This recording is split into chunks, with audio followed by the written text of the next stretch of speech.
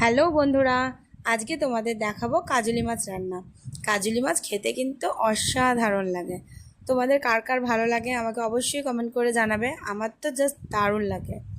এখানে আমি নিয়ে নিয়েছি কাঁচা লঙ্কা, গোটা জিরে, ধনে, এটাকে আমি পেস্ট করে নেব। আর কাজলি মাছটাকে আমি বেগুন দিয়ে রান্না করব।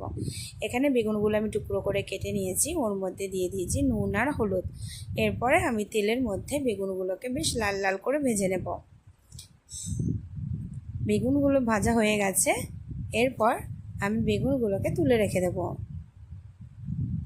এখানে কাজলি মাছগুলোর মধ্যে আমি দিয়ে দিলাম টমেটো, ধনেপাতা কুচি, স্বাদ মতো নুন, হলুদ গুঁড়ো, লঙ্কা গুঁড়ো, কাঁচা লঙ্কা আর বেটে রাখা মশলাটা দিয়ে আমি এটাকে ভালোভাবে মাখিয়ে নেব।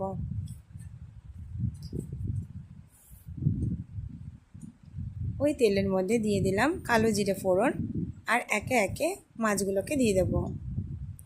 এই মাছগুলো খুব নরম হয়, যদি খুন্তি দিয়ে নাড়াচাড়া করো তাহলে মাছগুলো কিন্তু ভেঙে যাওয়ার চান্স আছে।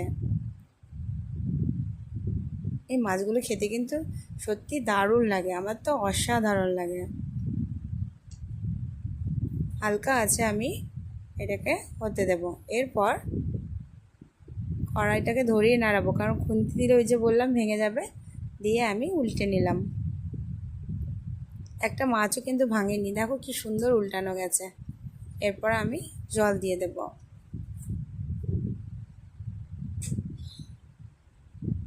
এরপর ভাজা বেগুনগুলোকে আমি মাছের মধ্যে দিয়ে দিলাম।